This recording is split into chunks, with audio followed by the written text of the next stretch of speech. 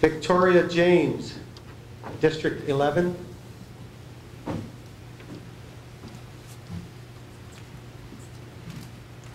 Lori Cornell, District 12.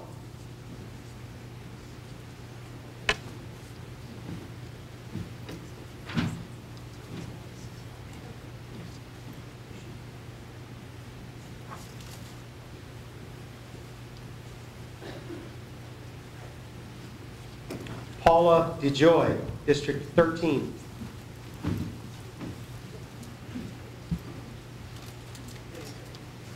Scott Stutzman, District 14.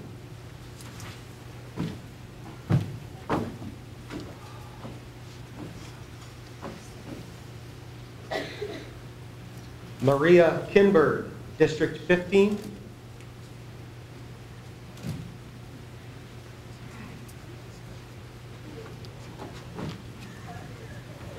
Charles Nazaro, District 16.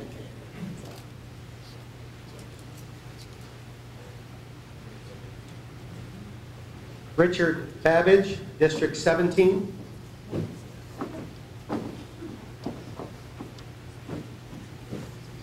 Dr. Rudy Mueller, District 18.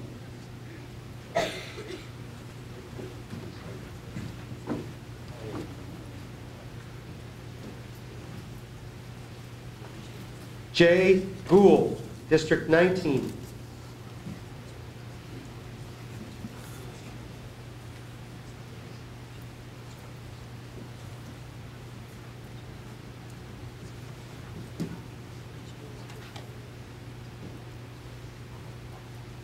Fred Kroska, District 20.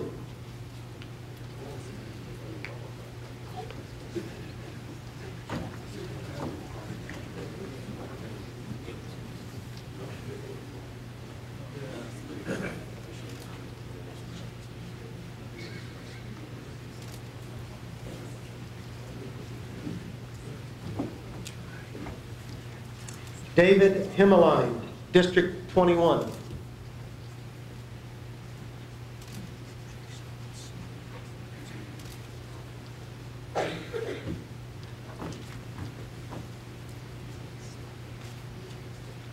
Doug Richmond, District 22.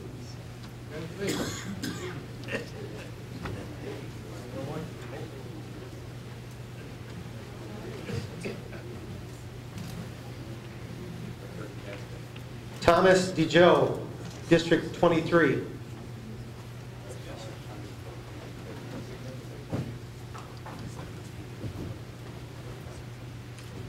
Bob Scudder, District 24, could not be here tonight.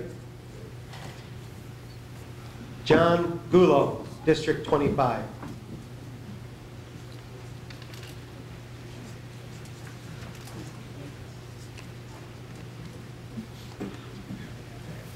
And we do have one for Ron Lemon for your dedication commitment as a previous county legislator and current clerk. Thank you. There you go. Look at these two guys to sign and we'll get a group picture. I have to have the professional line.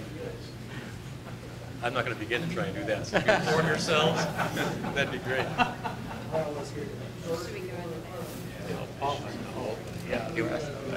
I think if you could kind of fit this space right here, that'd be great.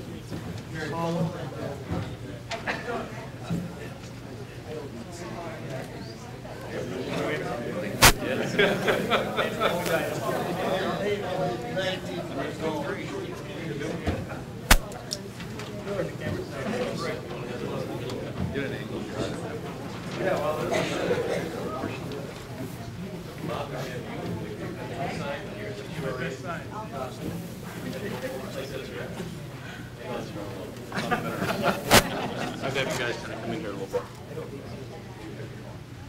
All set?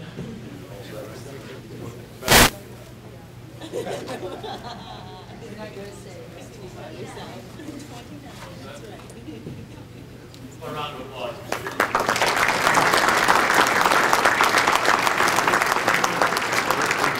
If you've had a chance to look at your program tonight, you see that there's a picture inside of a gentleman named Delisle Todd Foote. And we have a special award to give for the very first time named after him, and I'd like to tell you all a little bit about him and about the gentleman who is going to be receiving the very first Eliel Todd Foote Local History Award. I'd like to ask James O'Brien from the Chautauqua County Historical Society to come up and present this with me, because it's really being given on behalf of all of us in the historical community who have shown their enthusiasm and support for this award. Eliel Todd Foote was an extraordinary man. He was trained as a physician, served as county sheriff. He was a New York State Assemblyman and a county judge. He was an ardent abolitionist, and he was instrumental in establishing Lakeview Cemetery in Jamestown. But I feel that his most important contribution to Chautauqua County was in his role as a historian. His efforts to preserve and document the county's history began in 1820, well before our residents had the luxury of leisure time to document their own histories. As he traveled around the county in his capacity as judge, he recorded the recollections of our pioneers in pocket notebooks. Most of what we know today about our first settlers and the first few decades of the county's growth and development is due to Foote's devotion to the subject throughout his lifetime. As we celebrate the county's 200th birthday, we affirm the value of Foote's life work with the creation of this award in his name. It's hard to imagine somebody being able to measure up to Foote's contributions, and yet we have a gentleman amongst us who is definitely measured up to that. His commitment to local history is just phenomenal, and the historical and educational communities just expressed overwhelming support for Dr. Doug Shepard to be the first recipient of this award.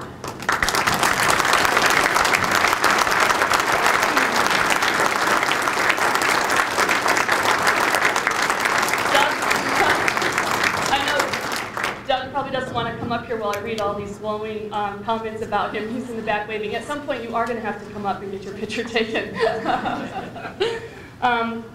Doug has given thousands of hours of research time to the heritage of this county.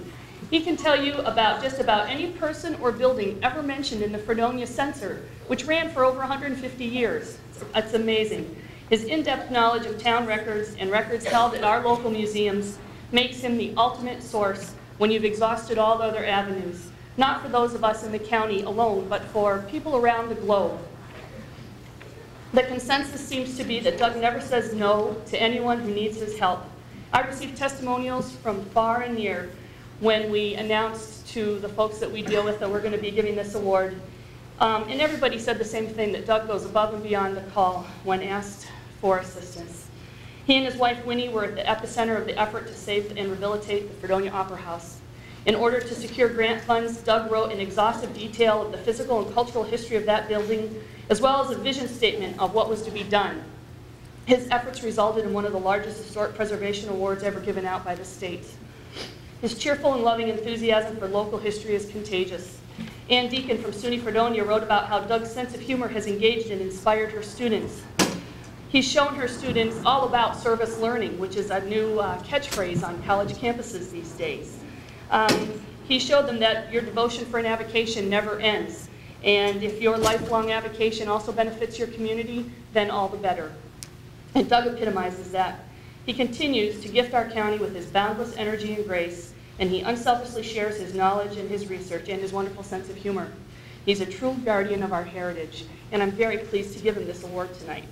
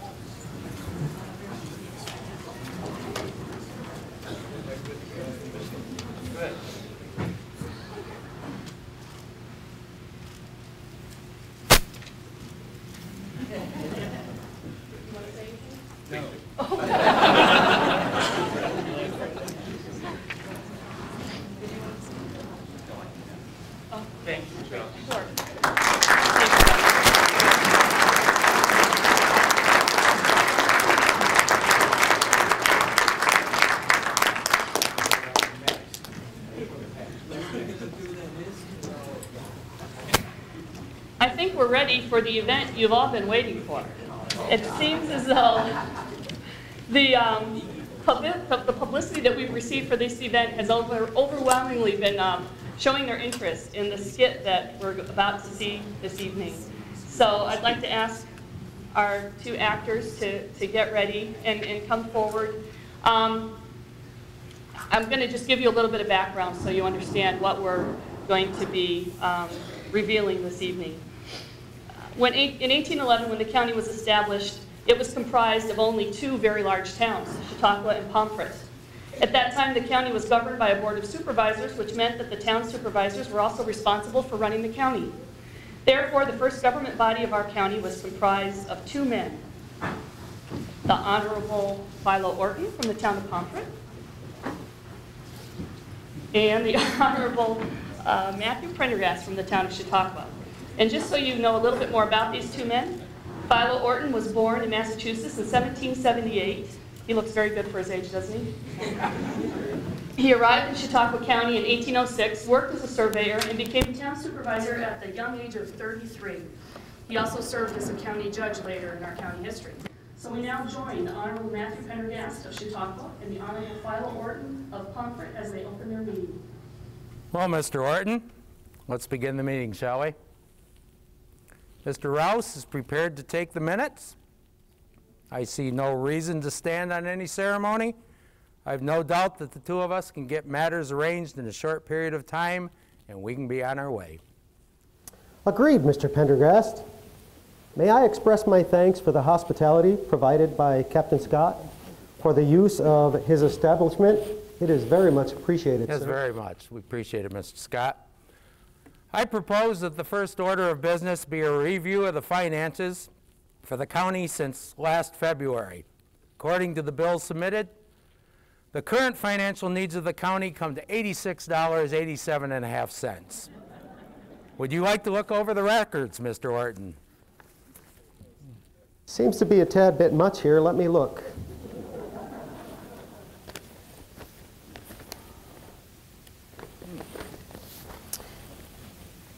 If you please, did the sheriff have no expenses against the county this year? Doesn't look that way. $26.37 for the survey of jail limits. Were we premature having the commissioners complete the survey establishing jail limits when the matter of location for the courthouse and jail is yet to be approved? Perhaps. May I ask that we discuss the other issues affecting this year's expenses before we move to the matter of the courthouse? You may. There seems to be some indication that the British could invade through Upper Canada. We need to be prepared to defend our northern shoreline should anything occur. Many of our men will volunteer for the militia if called, but we need to procure arms from Albany so we can properly outfit our men. Ah, Albany, Albany. A good precaution and very reasonable. The closest state arsenal is in Canandaigua. That's a long ways away. We must be ready to have arms forwarded from Albany if our men are called to service. Should there be a call to arms, we must be prepared to outfit 200 men. Yes, at least. I see we have a handsome bounty for wolf scalps. Oh boy. $5 per scalp. This could become a costly expense to the county. Has the bounty been effective? You know, I think so. You know, wolves are a menace to the area sheep, and it appears that the more wolves we remove, the better it is for encouraging settlers to take land contracts here. A fair trade, wolves for sheep. And over the years, it should prove a bargain with the elimination of all the wolves in the county. Wolves for sheep. I think the price of the pelts may be a little steep, considering the number of wolves we have in our great wilderness. If it proves too costly for the county, we may wish to petition Albany to exempt Chautauqua from the bounty. I think all other county business is in order here. Can we move to the discussion of the construction of a courthouse before we bring the town charges to the table? Indeed, Mr. Orton. The Council of Appointment in Albany established Mayville as our county seat. I believe the courthouse and jail building should be on the Portage Road in proximity